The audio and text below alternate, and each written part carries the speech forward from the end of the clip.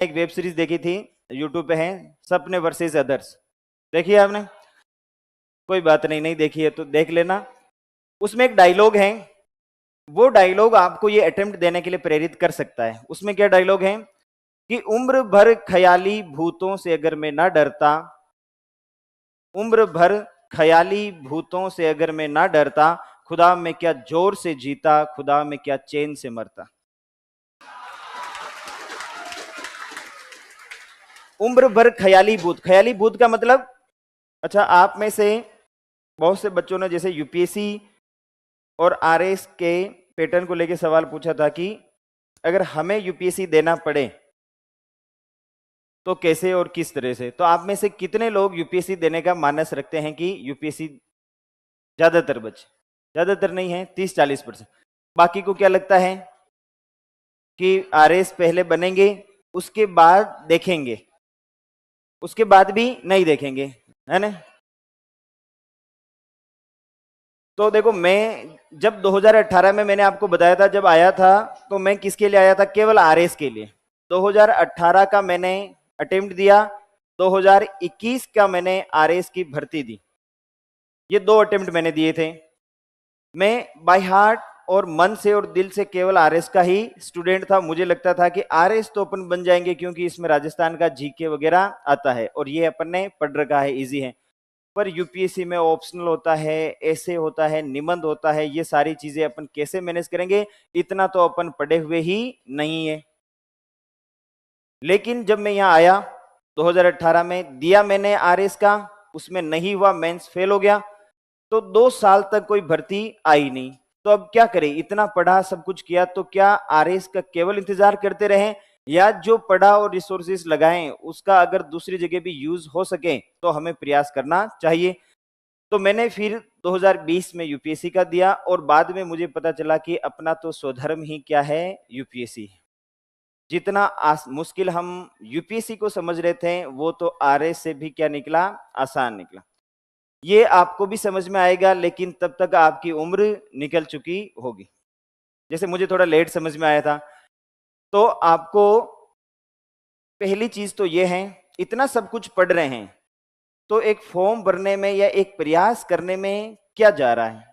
ठीक है, इतना रिसोर्सेज लगा रहे हैं और ये कहना कि वो देंगे तो इससे भटक जाएंगे, ये देंगे तो उससे भटक जाएंगे, ये तो क्या है, बहाना है, एक्सक्यूज है। ठीक है, मैं केवल आरएस देता तो अब तक कितने अटेम्प्ट दे चुका होता? 2। 2018 दिया, फिर 2021। पिछले 6 सालों में मैंने केवल 2 भर्तियां देखी है, किसकी? आरएस की। और अभी तक 2021 की भर्ती की ज्वाइनिंग भी नहीं आई। लेकिन 2018-20 के बाद जब से मैं यूपीएससी देने लगा, तो मैंने 2020 में यूपीएससी दिया, पहले अटेम्प्ट में मतलब दूसरा था वो, दूसरे अटेम्प्ट में इंटरव्यू दिया, 21 में मैं प्रीलिम्स फेल हुआ, 22 में मैं सेलेक्ट हुआ और 23 के यूपीएससी का मैंने वापस इंटरव्यू दिया और 24 का वापस फॉर्म भरा। कितनी भर्तियां हो गई हैं? 5। और आरएस की कितनी भर्तियां हुई हैं? 2। यानी आपको केवल आरपीएससी से शहीद होने के भाव से नहीं रहना है कि हम तो शहीद होंगे तो आरपीएससी पे होंगे, गिरना नहीं होंगे, इस तरह का भाव तो बिल्कुल नहीं रखना है। मेरा ये मानना है प्रैक्टिकल कि आपने इतने रिसोर्सेज, इतना समय, इतनी ऊर्जा इसमें लगाई है, तो अगर आपके पास अवसर, अटेम्प्ट हैं, तो आपको यूपीएससी जरूर ट्राई करना चाहिए। भले ही पहला टारगेट आरएस को बना के रखो, आरएस को पहला टारगेट बना के रखो, एक आरएस पूरे जोर शोर के साथ दो। ठीक है, उसके बाद आरएस में कुछ बनता दिखे तो भी, नहीं बनता दिखे तो भी, ये नहीं सोचना है कि आरएस में भी नहीं हुआ तो यूपीएससी में कैसे होगा। क्या पता आप बने ही यूपीएससी के एग्जाम पैटर्न के हिसाब से हो। तो ये जरूर है कि आपको प्रायोरिटी फिक्स रखनी चाहिए कि भाई मैं एक अटेम्प्ट भरपूर कोशिश के साथ आरएस का दूंगा, उसके बाद देखेंगे यूपीएससी। लेकिन यदि किसी के पास टाइम है कि अभी तो आरएस के लायक भी उम्र नहीं हुई है, 21 साल, और भर्ती जब तक आएगी तब तक आपको, और सिलेबस भी हो रखा है आरएस का, तो आपको यूपीएससी के ऑप्शनल वगैरह के बारे में भी सोचना, क्योंकि आप एमए या पोस्ट ग्रेजुएशन तो करोगे ही करोगे। तो उसके बारे में भी ऑप्शन, मेरा पर्सनल एक्सपीरियंस ये कहता है कि आपको सारे दरवाजे अपने लिए खुले रखने चाहिए, क्योंकि ये गला काट प्रतिस्पर्धा का दौर है, कंपटीशन इतना है, तो जहां मौका मिले वहां आपको प्रयास करने चाहिए। पर इसका ये मतलब नहीं है कि आपको पशु परिचर का भी फॉर्म भरना चाहिए।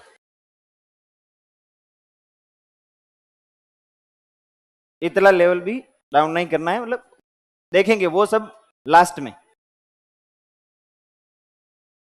तो एक छोटा सा डिस्कस कर लेते हैं यूपीएससी और आरएस में कि कैसे आरएस की तैयारी करते हुए यूपीएससी वाली चीजों को भी क्या किया जा सके, साथ में साधा जा सके। ठीक है।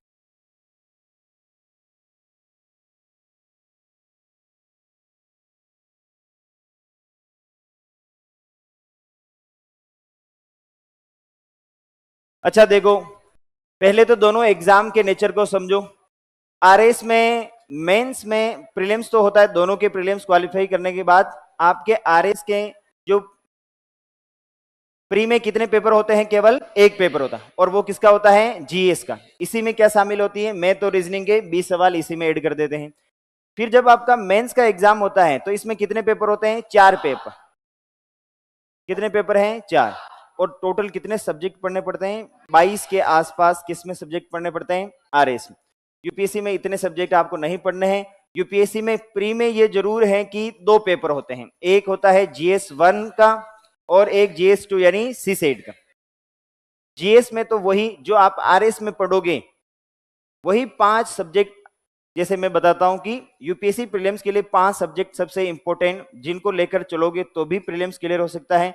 वो सब के सब आप पढ़ते हो। या पहला है इंडियन पॉलिटी, 15 से 20 सवाल हर साल आते हैं यूपीएससी प्रीलिम्स में पॉलिटी से। यहां अगर ढंग से आपने पढ़ा है तो आपको कुछ नहीं करना है, उसका करंट अफेयर्स और उस एग्जाम के हिसाब से सवालों को देखना है। तो पहला सब्जेक्ट कौन सा हुआ, पॉलिटी। कि आपको पॉलिटी को ढंग से पढ़ना है, इंडियन पॉलिटी। अब राजस्थान वाली स्टेट पॉलिटी आप आरएस में एक्स्ट्रा पढ़ते हो, वो यूपीएससी में काम का। हाँ, राज्यपाल मुख्यमंत्री ये सब तो पढ़ना पड़ता है, लेकिन राजस्थान स्पेसिफिक फैक्ट आपको याद नहीं करना। अब दोनों ही एग्जाम में नेचर का भी अंतर है। जैसे आरएस में सवाल आएगा कि पानीपत के युद्ध कब और कहां कहां और किस किस के बीच में हुए, किसमें आएगा, मेंस में भी प्रीलिम्स में भी इसी तरह के फैक्चुअल सवाल। यूपीएससी में ऐसा सवाल नहीं आएगा। यूपीएससी में सवाल प्री में फैक्चुअल आ सकता है, पर मेंस में अप्लाइड किस्म का आएगा कि पानीपत का युद्ध पानीपत में ही बार बार क्यों हुए, पहला, दूसरा और तीसरे। ये आया हुआ सवाल है, यूपीएससी का एक पीवाईक्यू है कि पानीपत में ही बार बार 3 युद्ध, और देखो 200 सालों के बाद, डिफरेंस के बाद भी कहां युद्ध हो रहे हैं, पानीपत में ही क्यों हो रहे हैं। इस तरह का मतलब थोड़ा नेचर क्या है, अलग है एग्जाम का। ये कैसा है, ऑब्जेक्टिव है, और ये थोड़ा सब्जेक्टिव। ये थ्योरेटिकल ज्यादा है, ये प्रैक्टिकल और अप्लाइड किस्म का ज्यादा। तो पहला सब्जेक्ट आप यहां पढ़ रहे हो वो वहां भी काम आएगा, इंडियन पॉलिटी। दूसरा सब्जेक्ट आपको जो पढ़ना है वो है इंडियन इकोनॉमी। इकोनॉमी का बेसिक प्लस करंट अफेयर्स, ये यहां भी पढ़ते हो आरएस में, वही सब्जेक्ट कहां आएगा, यूपीएससी में भी आएगा।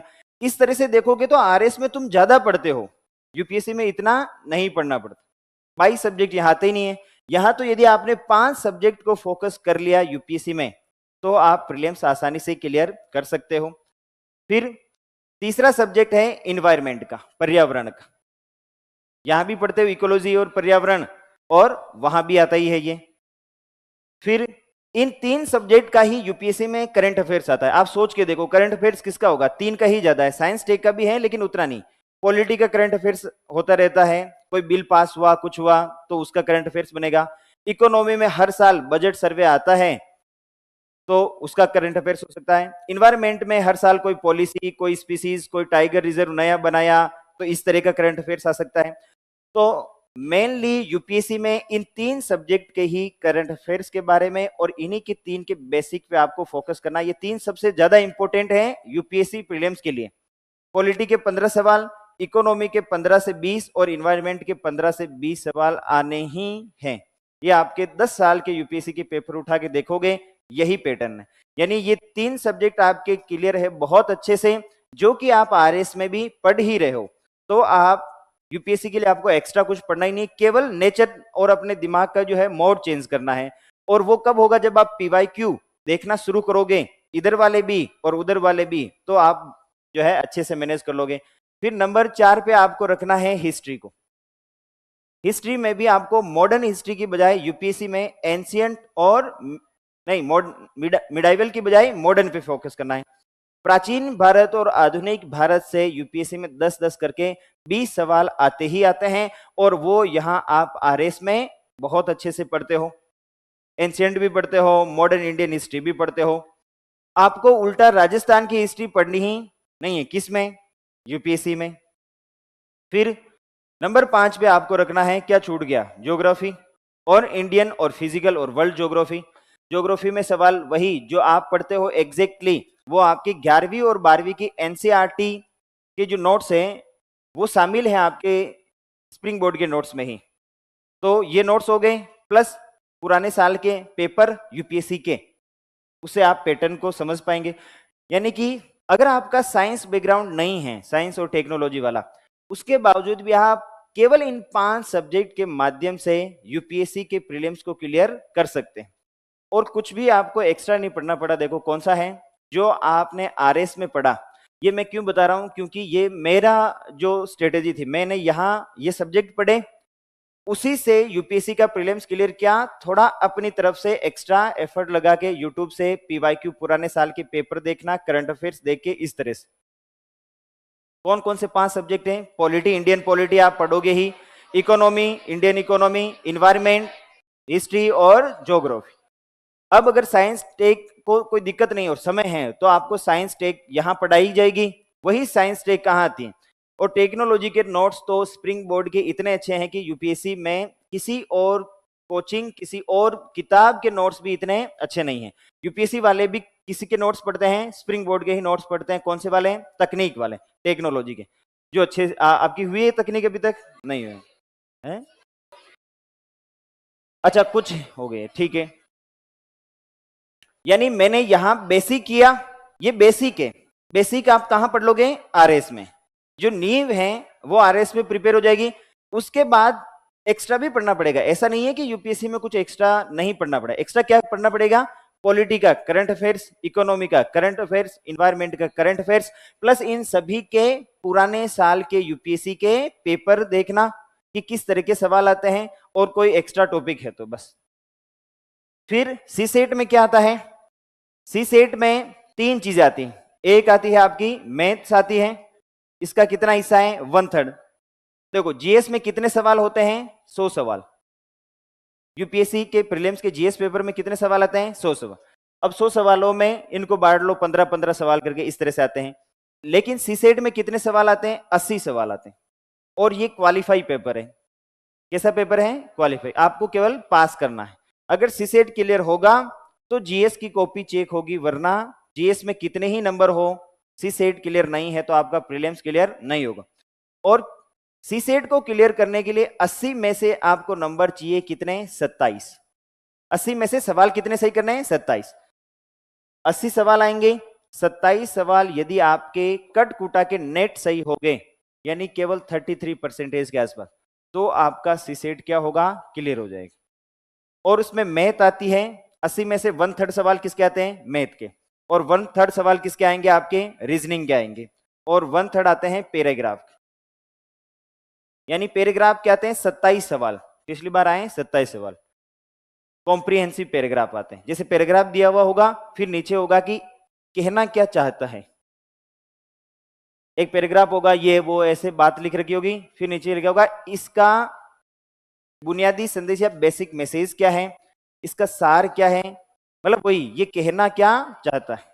बस आपको ये बताना है कि इस पैराग्राफ में ये पैराग्राफ वाला ये कहना चाहता है। कैसे होते हैं? पैराग्राफ आता है और नीचे ऑप्शन सवाल होते हैं, बस आपको देना है। आप में से किसी ने देखा सी सेट का पेपर? देखा होगा आपने, ठीक है। मतलब अगर देखो, मैं ये इसलिए बता रहा हूं क्योंकि अगर आपकी मैथ अच्छी नहीं है, आपकी मैथमेटिक्स अच्छी नहीं है, तो भी आप रीजनिंग और पैराग्राफ से सी सेट क्लियर कर सकते हो। तो मेरी मैथ अच्छी नहीं थी, तो मैंने पीछे कोई और डिस्कस चल रहा है क्या? अगर किसी की मैथ भी अच्छी नहीं है तो वो रीजनिंग और पैराग्राफ, कॉम्प्रिहेंसिव पैराग्राफ आते हैं, उससे सीसेट को क्लियर कर सकता है, क्योंकि 27 तो पैराग्राफ ही आ रहे हैं। मान लो 27 में से आपके 10 गलत हो गए, 17 सही हो गए, दो और 2-3 माइनस कर लो, तो नेट अगर 15 भी पैराग्राफ बच गए, आपको लाने थे 27, 15 तो पैराग्राफ से ही सही हो गए, उसके बाद आपको कितने लाने, 12 सवाल। तो मैथ और रीजनिंग मिला के 12 सवाल ही तो करने हैं।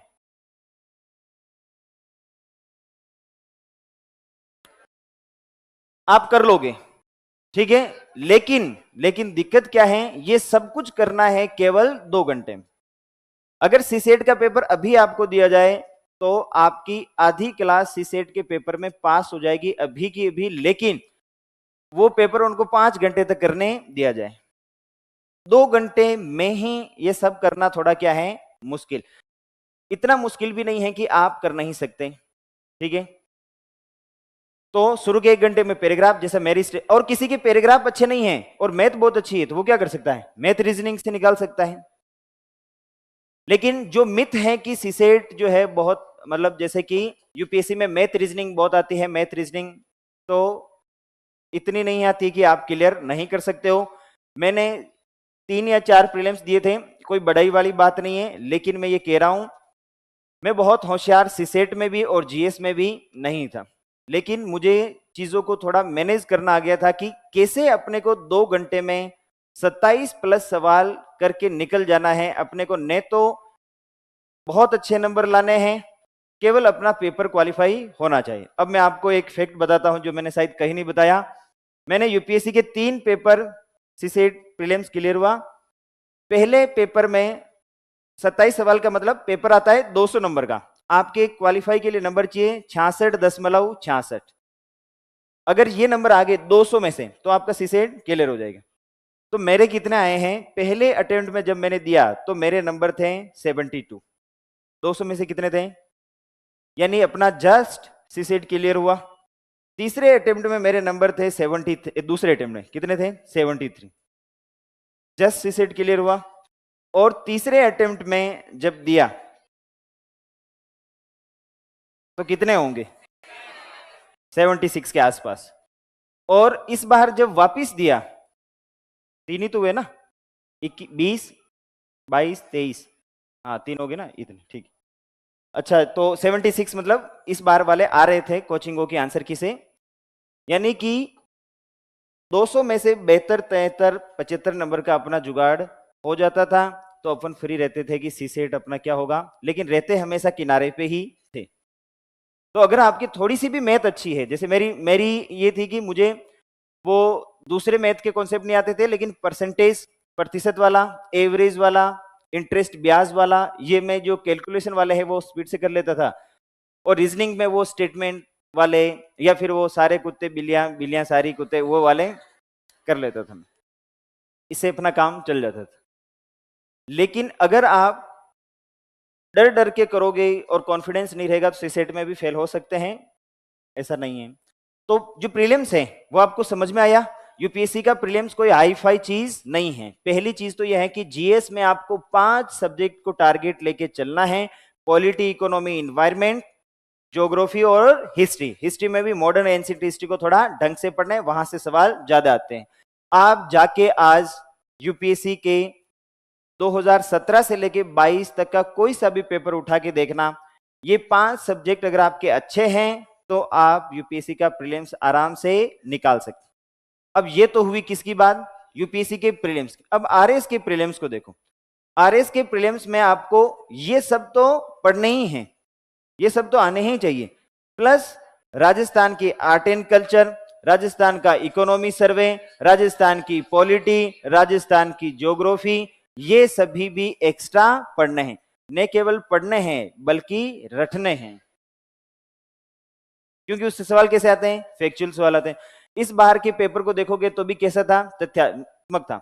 मैं आपको डरा नहीं रहा हूं, मैं ये कह रहा हूं कि ये जो समय है ना, क्योंकि आपके पास जो टाइम है वो बहुत तेजी से निकलेगा। मैं जब 18 में आया था तो मैंने नहीं सोचा था कि 6 साल लग जाएंगे। मैं ये आया सोच के आया था कि 18 में अपन प्रीलिम्स क्लियर हो रहे हैं, मेंस भी लिख रहे हैं, तो अपन तो वैसे भी आरएस तो बन नहीं रहे हैं 18 में, इस भाव से आया था। लेकिन निकल गए 4-5 साल। तो आपका भी समय बहुत तेजी से बीतेगा। तो आपको इस पैटर्न को समझना है कि आरएस यूपीएससी का अंतर ज्यादा नहीं है। और होता क्या है, जब आरएस की वैकेंसी आ रही होती है, यूपीएससी की हर साल क्या आती है वैकेंसी, मई और जून में यूपीएससी का प्रीलिम्स होगा, मतलब होगा ही। 2030 तक मई और जून में प्रीलिम्स होना है, पक्का है। तो आप जो है उस हिसाब से आरएस को करते हुए भी यूपीएससी का अटेम्प्ट दे सकते हैं, ठीक है। तो अब मेंस में देखो, आरएस मेंस कैसा है, 4 सब्जेक्ट आते हैं और हर एक में जो है पेपर 1, 2, 3, 4 में 4 में केवल भाषा के 2 पेपर हैं, मतलब 2 सब्जेक्ट है, बाकी सब में बहुत सारे सब्जेक्टों को आपस में मिला रखा है। लेकिन यूपीएससी मेंस में ऐसा नहीं है। और जितना यूपीएससी प्रीलिम्स कठिन है, उससे बहुत इजी है यूपीएससी का मेंस।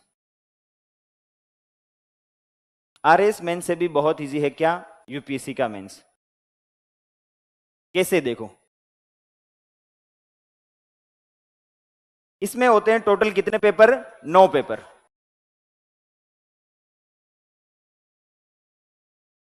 इसमें एक्स्ट्रा चीज होती है आपका ऑप्शनल, वैकल्पिक विषय।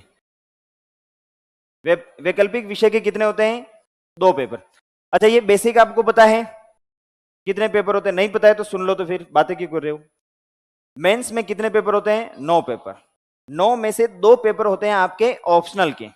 ऑप्शनल आपको लेना पड़ता है। वैकल्पिक विषय पहले आरएस में भी चलता था, लेकिन फिर आरएस में उसे हटा दिया 2011 के बाद से, और यूपीएससी में अभी भी चल रहा है। इसमें क्या होता है, आपको जो भी सब्जेक्ट बहुत अच्छा लगता है, जिसको आप पढ़ सकते हैं, समझ सकते हैं, उसको अपना ऑप्शनल चूज कर लो। उसका अलग से सिलेबस दे रखा है यूपीएससी ने, उसके नोट्स किताबें मार्केट में अवेलेबल हैं, उनको पढ़ लो, याद कर लो। साथ में जब आरएस की तैयारी, और जब तक आपकी उम्र या अटेम्प्ट ना हुआ हो तब तक धीरे धीरे ऑप्शनल को प्रिपेयर कर लो। हिंदी मीडियम में ऑप्शनल के ज्यादा विकल्प नहीं है।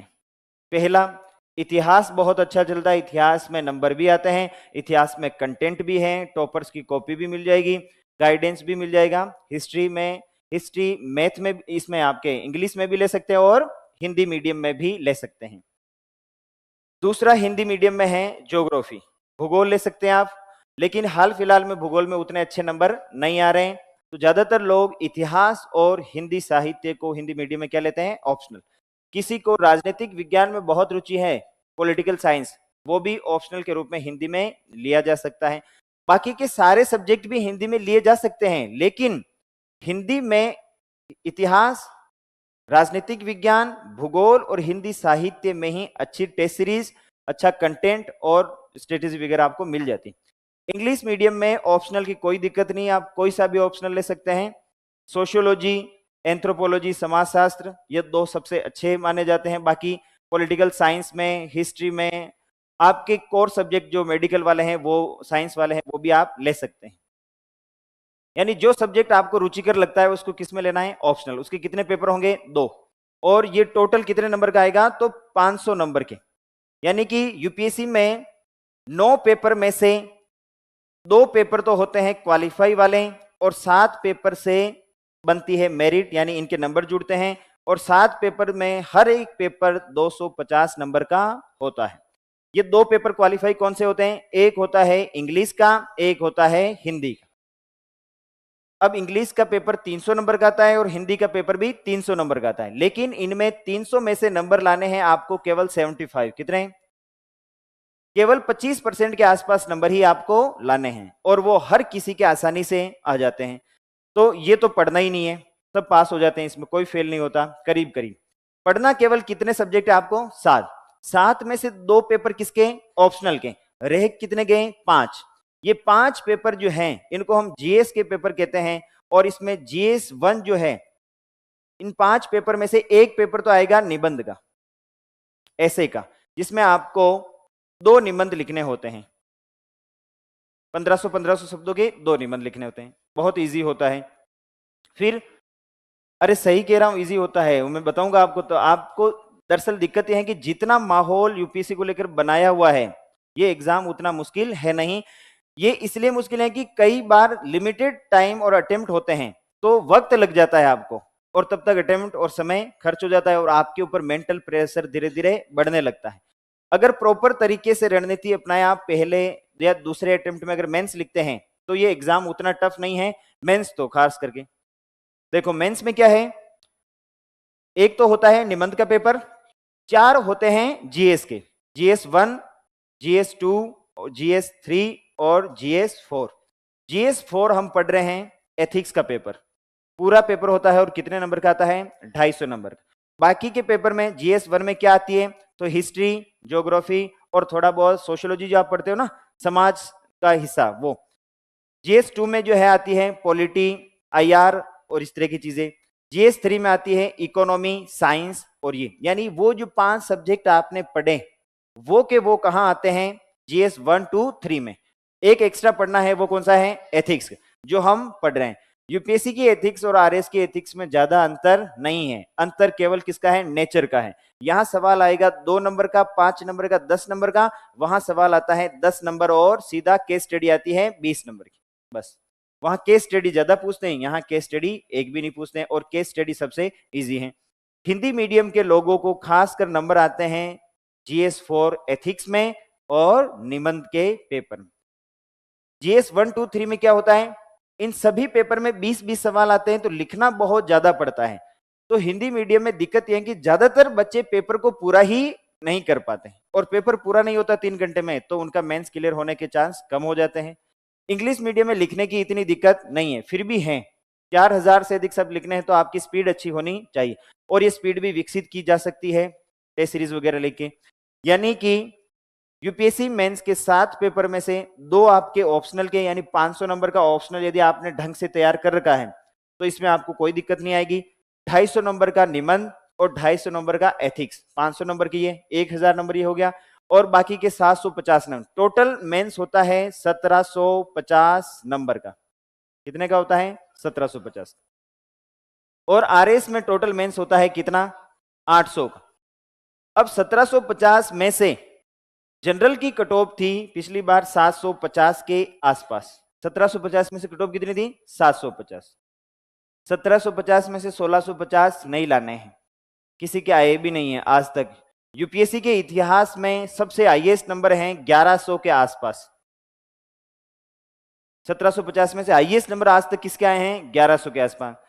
और अब तो जो है अगर आपको प्रॉपर आईएएस वगैरह बनना है तो आपको 800 से लेकर 850 तक नंबर अगर आ जाते हैं किसमें, मेंस में, तो आप जो है प्रॉपर क्या बन जाते हैं, आईएएस बन जाते हैं। यानी कि यूपीएससी, अब ये मेंस के ये पेपर वगैरह तो सिलेबस तो मैंने आपको बता दिया, एक्स्ट्रा क्या पढ़ना पड़ा आपको। आरएस में जो आप पढ़ रहे हो, जो ये 5 सब्जेक्ट वो के वो आपके GS1, 2, 3 में आ रहे हैं। एक्स्ट्रा आपको पढ़ना पड़ रहा है केवल और केवल आपका ऑप्शनल और निबंध। निबंध को पढ़ना पड़ता ही नहीं है। यदि इतने सब्जेक्ट आप पढ़ लोगे तो उन सबको घोलमाल करके आप निबंध भी लिख लोगे। जैसे हमने शुरू में देखा ना, डायमेंशन खोलना, हर सब्जेक्ट का कंटेंट आपके पास होगा तो आप हिस्टोरिकल, पॉलिटिकल इस तरह से लिख लोगे। यानी कि आपको यूपीएससी के लिए एक ही चीज एक्स्ट्रा पढ़नी है, वो है आपका ऑप्शनल। इसलिए यदि आप 2 साल बाद यूपीएससी देने वाले हैं और 2 साल बाद आरएस देने वाले हैं तो आपको आरएस की तैयारी के दौरान ही कोई एक सब्जेक्ट जो है जिसमें आप पीजी भी करने वाले हैं और जिसमें आप असिस्टेंट प्रोफेसर भी दे सकते हैं, एमए करेंगे या जो भी एमएससी करेंगे, उस सब्जेक्ट को आपको अपना ऑप्शनल बनाना चाहिए। जिससे क्या होगा, एमए भी हो जाएगी, मतलब आपकी पोस्ट ग्रेजुएशन भी हो जाएगी और आपका ऑप्शनल तैयार भी हो जाएगा अगर कभी देना चाहेंगे। और जरूरी नहीं कि पीजी वाला ही बनाए, दूसरा भी बना सकते हैं। अगर किसी की पोस्ट ग्रेजुएशन हो रखी है और वो नहीं बनाना है, जो उसको अच्छा लगता है वो बनाया जा सकता है। इसके अलावा कुछ भी नहीं पढ़ना है आपको एक्स्ट्रा। फिर केवल अंतर है आंसर राइटिंग का। आंसर राइटिंग का अंतर मेंस में कैसे है, आरएस में आपको जो यहाँ पढ़ते हैं उसको ले जाके वैसा का वैसा आप लिख देते हैं तो आप आसानी से आरएस बन सकते हैं। यूपीएससी में यदि आप रट नहीं सकते हैं तो कोई जरूरी नहीं, आपकी कॉन्सेप्ट क्लियर होना चाहिए, अंडरस्टैंडिंग होनी चाहिए, बस कीवर्ड्स आपके पास होने चाहिए, उसको अपने शब्दों में लिखने की आपको पूरी आजादी मिलती है। तो जो लोग रट नहीं सकते हैं उनके लिए यूपीएससी और आसान है मेंस। प्रीलिम्स में तो उनको भी चीजें याद तो रखनी ही पड़ती है। और जिनका थोड़ी क्रिएटिविटी नहीं है, रचनात्मकता नहीं है कि मैं तो किसी को सोच के कुछ लिख नहीं सकता हूं, तो फिर उसको आरएस ही करना चाहिए। लेकिन समय है, अटेम्प्ट है, तो एक बार यूपीएससी देना जरूर चाहिए, बाकी फिर आपकी मर्जी।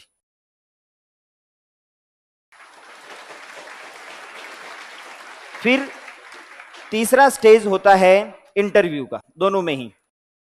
आरएस में इंटरव्यू होता है कितने नंबर का? 100 नंबर। और यूपीएससी में इंटरव्यू होता है 275, 275 नंबर का। यहां बहुत अंतर आ जाता है। यूपीएससी में 275 नंबर का इंटरव्यू होता है और इंटरव्यू में नंबर बहुत वेरी करते हैं। और यूपीएससी का इंटरव्यू आप दोगे तो आपको लगेगा कि आपने कोई इंटरव्यू दिया है। बहुत शानदार एक्सपीरियंस होता है, बहुत सी चीजें सीखने को मिलती हैं। आरएस का भी होता है, पर वो लेवल नहीं है जो किसका है, यूपीएससी का। मैंने आरएस में एक इंटरव्यू दिया और यूपीएससी में जो है, यूपीएससी में मैंने 3 इंटरव्यू हुए थे। लेकिन जैसे होता है ना कि आप खेलने के भाव से गए हैं कि आज तो शतक लगा ही देंगे, और जाते हैं और पहले ही ओवर में आपको कोई स्टंप आउट कर देता है। आपको लगता है कि अरे कम से कम छक्का लगाता, कैच आउट हो जाता तो भी कोई दिक्कत नहीं, पर स्टंप आउट कर दिया। तो ऐसा मतलब यूपीएससी में 3 इंटरव्यू में ऐसा ही हुआ कि जो आप सोच के गए कि वैसा होगा, वैसे सवाल आप बना के गए बताएंगे, पर वो बता नहीं पाए। तो वो तैयारी कहाँ काम आई? आरएस में। जब मैंने 2020 में यूपीएससी का अटेम्प्ट इंटरव्यू दिया तो उसकी बहुत अच्छे से तैयारी की, पर वो सब पूछा ही नहीं जो मैं तैयार करके गया। जो मैंने तैयार नहीं किया उससे बाहर सब कुछ पूछ लिया, पर जो मैंने वहां तैयार किया वो कहाँ पूछ लिया? आरएस। इसलिए आरएस का जो इस बार के इंटरव्यू है उसकी तैयारी मैं मेंस लिख रहा था 23 वाला, तो मैं सीधा दिल्ली से आया था, तो प्रॉपर तैयारी मैंने कुछ की नहीं। जो यूपीएससी के इंटरव्यू की तैयारी थी उसी तैयारी को थोड़ा रिवाइज करके एक दिन में ही आरएस का इंटरव्यू दिया। तो इस बार आरएस वाला इंटरव्यू थोड़ा ठीक हुआ था, और उसी अभी 2023 यूपीएससी वाला मैंने वापिस इंटरव्यू दिया था। ये इसलिए बता रहा हूं क्योंकि एक जगह का एक्सपीरियंस, एक जगह की पढ़ाई को दूसरी जगह आपको क्या लेना है? यूज लेना है। उसको याद, इतने फैक्ट आपने याद किए, क्या उनका अचार डालोगे क्या बुढ़ापे में? क्या करोगे? भूल जाओगे अभी 4-5 साल बाद। तो उस ज्ञान को क्या करना है? प्रयोग में लेना। इसलिए आपको यूपीएससी भी देना चाहिए। यहाँ का पढ़ा हुआ वहां, वहां का पढ़ा हुआ यहाँ काम आएगा। ठीक है? हाँ, क्या हुआ? ऑप्शनल सब्जेक्ट में? हाँ, साइंस वाले सब्जेक्ट भी ले सकते हैं ना।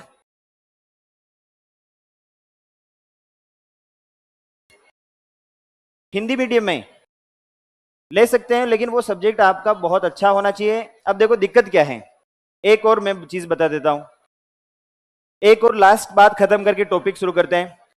ऐसा कहते हैं कि यूपीएससी में हिंदी मीडियम का रिजल्ट उतना अच्छा नहीं होता है। इसकी एक बड़ी वजह तो यह है कि यूपीएससी में हिंदी मीडियम से बहुत कम लोग ही अटेम्प्ट देते हैं मेंस का। प्रीलिम्स में तो बहुत बैठते हैं, लेकिन यदि मेंस लिख रहे हैं, मान लो 13,000 बच्चे मेंस लिखते हैं हर साल, 13 से 15,000। किसमें? यूपीएससी में। यूपीएससी में यदि 13 से 15,000 बच्चे मेंस लिख रहे हैं तो उनमें से केवल 700 या 1,000 बच्चे ही हिंदी मीडियम के होते हैं। 13,000 में से मान लो ज्यादा से ज्यादा कितने बच्चे? 1,000 बच्चे ही हिंदी मीडियम के। तो 12,000 बच्चे कौन से होते हैं? English medium. ठीक। अब मान लो इंटरव्यू कॉल हुआ, इंटरव्यू कॉल हर साल यूपीएससी में 2,000 से लेके 3,000, जैसे इस बार 2,800 है, 2,800 बच्चे इंटरव्यू दे रहे हैं। कितने? 2,800 बच्चे। इनमें से केवल, ज्यादा से ज्यादा कह रहा हूं, ज्यादा से ज्यादा 300 से लेकर 350 बच्चे ही हैं जो हिंदी मीडियम से मेंस लिख के आए हैं। बाकी के सारे बच्चे कैसे हैं? English medium. 2,800 में से 2,400 के आसपास बच्चे कौन से मीडियम के हैं? इंग्लिश मीडियम के, मेंस में। यानी कि मेंस जब कम बच्चे ही लिख रहे हैं तो सिलेक्शन में भी उनका रेशियो क्या होगा? कम ही होगा। अब जब सिलेक्ट होंगे तो 1,000 बच्चे सिलेक्ट होते हैं, उसमें से 60, ज्यादा से ज्यादा 60 या 70 बच्चे हिंदी मीडियम के होते हैं, बाकी के सब के क्या होते हैं? English medium. ऐसा क्यों? क्योंकि बहुत से बच्चे प्रीलिम्स पास ही नहीं कर पाते। इसलिए यूपीएससी के मामले में सबसे बड़ी बाधा है प्रीलिम्स। मेंस बड़ी बाधा नहीं है। मेंस तो आपने निबंध लिख लिया, पेपर पूरा भी कर लिया, तो भी आपका इंटरव्यू कॉल आना तय है। अगर थोड़े से कंटेंट और क्वालिटी के साथ। मेन दिक्कत कहाँ है? प्रीलिम्स में। तो मीडियम से कोई फर्क नहीं पड़ता, पहला तो ये। जैसे आपको लग रहा होगा कि ये बाइसनेस दिखती है कि कम बच्चे इंटरव्यू क्यों दे रहे हैं, क्योंकि कम बच्चों ने मेंस लिखा। प्रीलिम्स में कम बच्चे हिंदी मीडियम के पास क्यों होते हैं? एक तो दिक्कत है क्या? सी सेट। सी सेट में पैराग्राफ जो होते हैं उनकी हिंदी थोड़ी कॉम्प्लेक्स होती है, तो वो थोड़ा कठिन मामला बन जाता है। प्लस जीएस 1 में भी ये है कि ज्यादातर पेपर इंग्लिश में ही बनता है, अनुवाद होता है हिंदी में, तो उसकी जो अनुवाद है वो बहुत अच्छा नहीं होता। तो इंग्लिश में एक तो ये है कि आपको जो चीज एक बार में पढ़ के समझ में आ रही है, उसी चीज को समझने के आपको हिंदी में 2 बार 3 बार या कॉम्प्लेक्स भाषा में लिखा होगा तो वो समझ भी नहीं आए, तो इस तरह की दुविधा होती है। बाकी मीडियम से ज्यादा कोई फर्क नहीं पड़ता है। जो भी आपकी भाषा है वो एक भाषा बहुत अच्छी होनी चाहिए। ऐसा नहीं हो कि हिंदी भी नहीं आती और इंग्लिश भी नहीं आती, दोनों ही गालमोल, ऐसा नहीं होना चाहिए। इंग्लिश आए तो अच्छी आए और हिंदी आए तो ऐसी आए।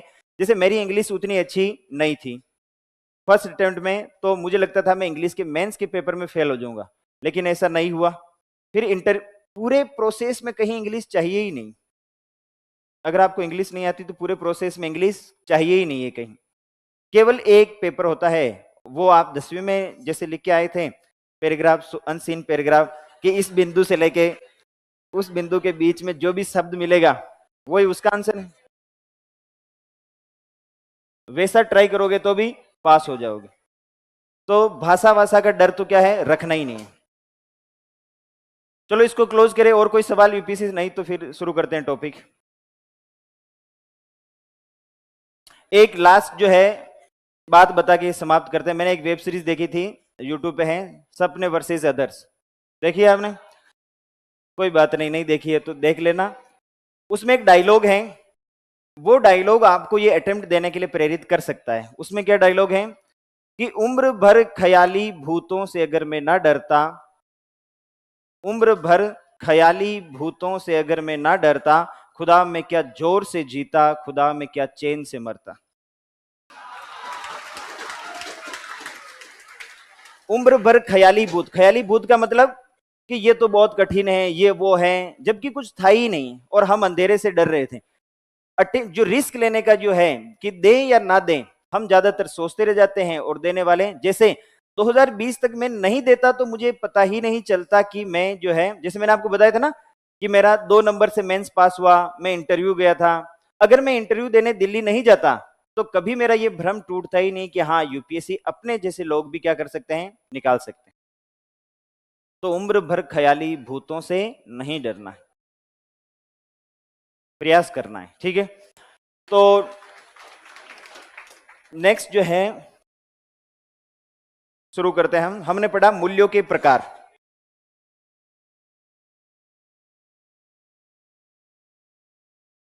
हाँ, सबसे पहले हमने किसके आधार पे देखा?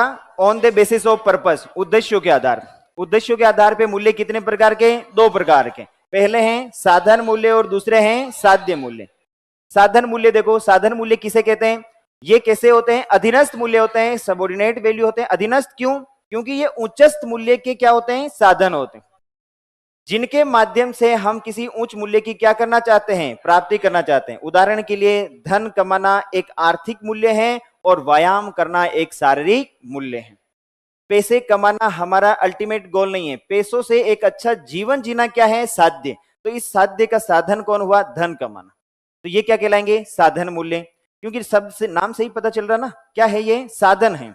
और दूसरे होते हैं साध्य मूल्य। ये मूल्य अपने आप में क्या होते हैं? स्वतः वांछनीय होते हैं, यानी कि ये अपने आप में ही चाहे गए होते हैं, हमारी लक्ष्य होते हैं। ये किसी के अधीन नहीं होते हैं, ये उच्चतम मूल्य होते हैं। जीवन की सारी गतिविधियां इन्हें प्राप्त करने के लिए ही की जाती है। जैसे न्याय, समानता, स्वतंत्रता, हैप्पीनेस, आनंद की प्राप्ति, ये साध्य कहलाता है। ठीक है, ये लिखो। सबसे पहले हेडिंग डालो, उद्देश्यों के आधार पर, on the basis of purpose.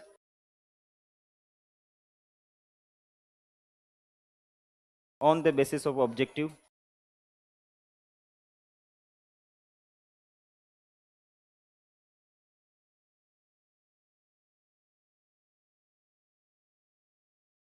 इसमें नंबर 1 लिखो, साधन मूल्य।